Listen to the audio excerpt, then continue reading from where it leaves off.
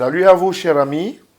Et c'est un plaisir toujours d'avoir le pasteur Luc avec nous et avec vous, qui aujourd'hui aura encore d'autres choses à partager de très importantes. Parce que la dernière fois, pasteur Luc, bonjour déjà, Bonjour, nous avons parlé de la Pâque juive. c'est ça. Et vous avez donné assez d'explications qui permettent aux uns aux autres de comprendre la différence, parce qu'aujourd'hui, dans le monde chrétien, il y a cette confusion, il faut le dire. Et nous allons aborder l'autre sujet, l'autre côté de la chose, c'est-à-dire la Pâque dite chrétienne. Voilà. Parce que il faut dire, et moi en tant que pasteur, je le sais, je le vois, je le vis, aussi avec mes études que j'ai faites, que beaucoup n'ont pas toujours compris. Il y a ce qu'on appelle comme un suivisme. On essaie de suivre juste, sans comprendre les fonds, les fondements, les principes. C'est pour ça que c'est important aujourd'hui de s'arrêter un peu sur la Pâque chrétienne, comment elle se célèbre, pourquoi on ne fait pas comme les autres, pourquoi ainsi de suite.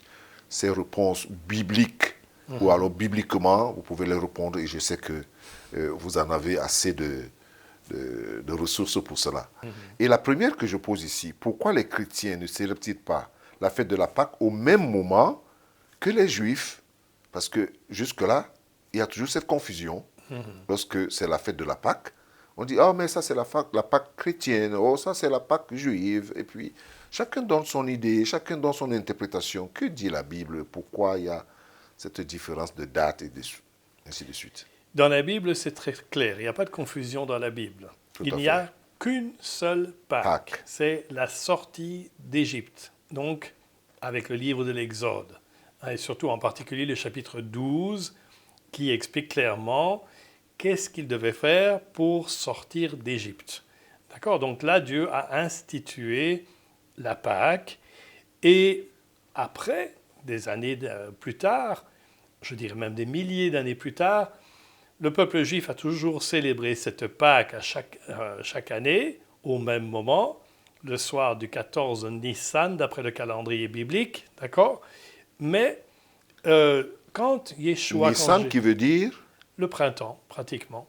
c'est-à-dire la date? Oui, c'est la date, Oui. parce que le calendrier biblique hébraïque est différent de notre Calendrier, calendrier. voilà. Voilà. Il faut expliquer Donc, comme ça. le 14 Nissan, selon le calendrier biblique, donc, est le jour où il faut manger cette Pâque. Cette Pâque, ça veut dire l'agneau pascal, qui a été sacrifié. Et c'est ce que le peuple juif a toujours fait, depuis lors. Et quand Jésus est venu dans ce monde, étant juif aussi, il a célébré ce repas de la Pâque avec ses disciples. On le voit dans le Nouveau Testament. Bon, et à ce moment-là, donc, il n'y a pas de confusion parce qu'il n'y a qu'une seule Pâque. C'est la Pâque qui commémore la sortie d'Égypte, un point, c'est tout. Et Jésus n'a pas institué une nouvelle Nouvelle Pâque. Pâque.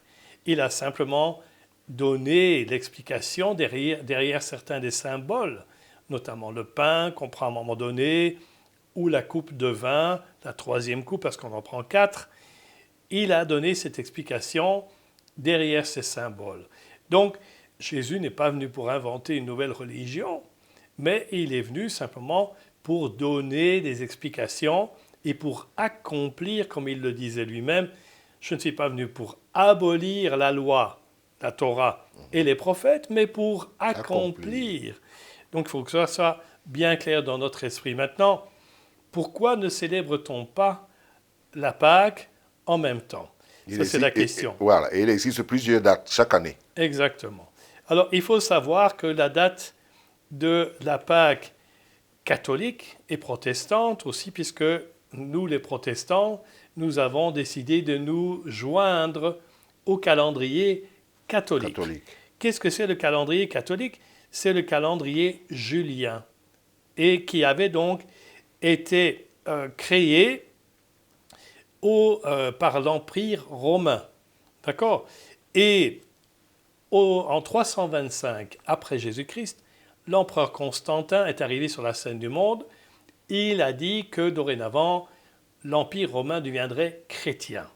Et à ce moment-là, il a décidé de complètement détacher tout ce qui était de tradition juive de l'Église, qui était en train de naître et de se former. On est en 325 après Jésus-Christ. Donc, il a dit, on ne veut plus rien avoir avec ces Juifs, donc nous allons décider d'une nouvelle date pour célébrer la Pâque chrétienne, et c'est comme ça qu'elle a été fixée au dimanche qui suit la première pleine lune du printemps, c'est-à-dire, selon la définition établie par le Concile de Nicée en 325, Pâques a lieu le dimanche qui suit le 14e jour de la lune qui atteint cet âge le 21 mars ou immédiatement après.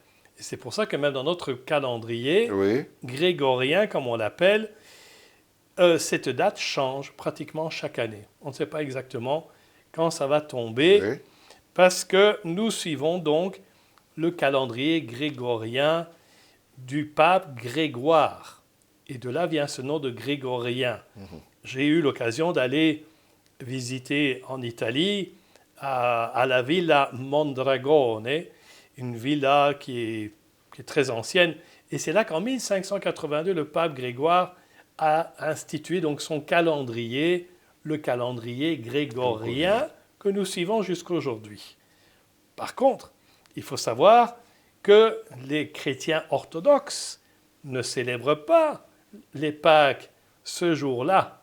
Donc il y a une différence, encore une fois, dans le monde chrétien, parce que les orthodoxes, que ce soit les orthodoxes russes ou orthodoxes grecs, ont décidé de suivre le calendrier julien qui était là avant notre calendrier grégorien. Et c'est comme ça que ça tombe aussi à différentes dates. Donc par exemple, en 2024, c'était le 5 mai. En 2025, c'est le 20 avril. En 2026, ce sera le 12 avril, etc. Donc, on voit que selon le calendrier qu'on suit, il y a toujours des dates différentes. On aurait pu penser que c'est un peu horoscopique.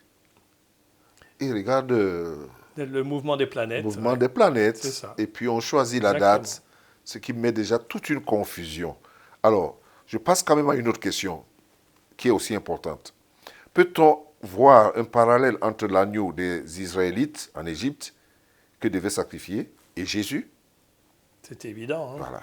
D'ailleurs, Jean-Baptiste, quand Jésus arrive là au bord du Jourdain, et il était en train de baptiser les gens, d'où son nom de Jean-Baptiste, celui qui baptise, et Jésus est là, et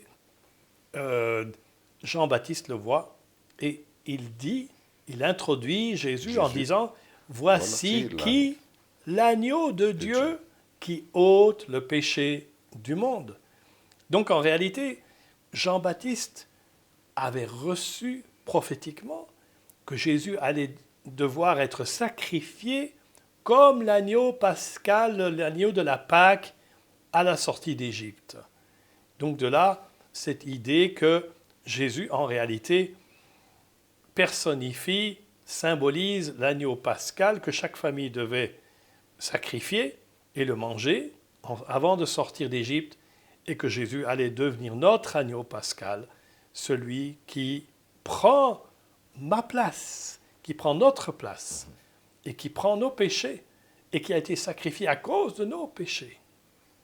J'insiste quand même sur la question que j'ai posée tout à l'heure, sur la différence que les chrétiens font de la Pâque aujourd'hui, et qui disent qu'il y a la Pâque chrétienne, qui est célébrée d'une autre manière, et avec une autre date, et la date, et puis la Pâque juive, selon ce que nous avons expliqué bibliquement, qu'il n'y a pas deux Pâques, il y a une seule Pâque. Exact.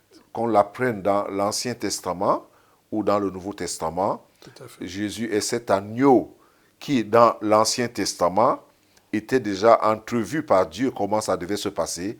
Malheureusement, pasteur Luc, vous êtes pasteur, vous voyagez beaucoup, vous entrez dans plusieurs milieux des églises. Lorsque vous voyez cette différence d'appellation, d'explication même, qu'est-ce que cela vous fait aujourd'hui? Parce qu'on voit que le sang de l'agneau devait être appliqué sur les deux poteaux et le linteau de la porte chez les Juifs. aussi aujourd'hui, le sang de Jésus, comme nous le connaissons, l'agneau de Dieu, doit être appliqué dans nos vies, sur notre cœur, dans notre cœur. la porte de Et notre cœur. cette lutte, jusqu'où elle va aller, pasteur Luc? Malheureusement, comme je l'ai expliqué avec ce fameux Constantin, il a volontairement voulu se détacher complètement de tout ce qui était les racines juives de notre foi.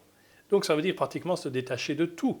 Parce que quand on lit bien la Bible, on voit que c'est un livre qui a été écrit par le peuple juif et pour le peuple juif avant tout. Et puis ça a été ouvert à nous aussi, les non-juifs, les gens des nations. Mais au départ, on voit que Dieu, c'est le Dieu d'Israël. Et que malheureusement, il y a eu cette rupture, cette coupure, ce déchirement qui a fait que jusqu'aujourd'hui, malheureusement, pour la plupart des chrétiens, ils ne savent même plus que les racines de notre foi, c'est le peuple d'Israël. Oui. Et ça, c'est très regrettable. Alors, ce que je voudrais dire, pasteur Luc, c'est que je suis en même temps content, très content même d'ailleurs, mais ce mot à tous ceux qui nous suivent, qui suivent vos explications que vous donnez, de comprendre vraiment qu'il n'y a pas deux Pâques et que l'histoire fait toujours son chemin. Quelque chose a été fait, ça a été établi, les gens sont entrés dans cette histoire, ils sont devenus esclaves de ça aujourd'hui. Je ne vais pas poser la dernière question parce que vous avez déjà répondu à cette question sur le fait que le Nouveau Testament parle de cette Pâque et de quelle façon il parle. Vous avez expliqué la venue du Seigneur Jésus et même lorsque Jean-Baptiste le rencontre, comment il l'appelle, comment il l'introduit. Voici l'agneau de Dieu qui ôte le péché du monde. Exactement. Tout est dit dans cette déclaration.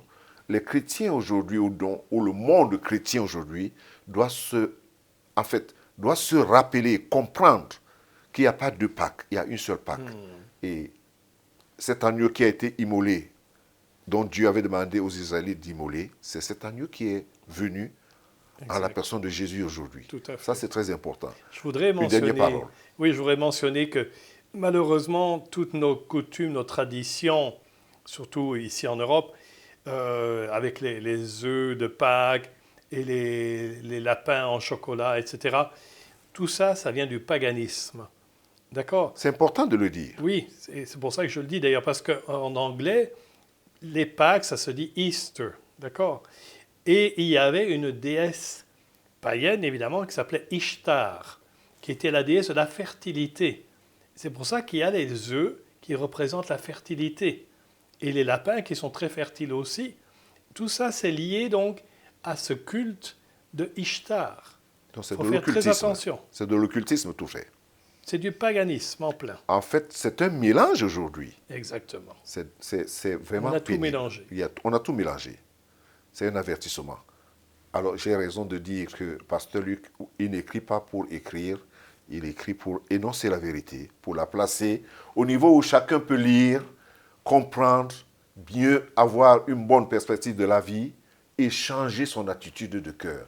Merci beaucoup, Pasteur Luc. Merci.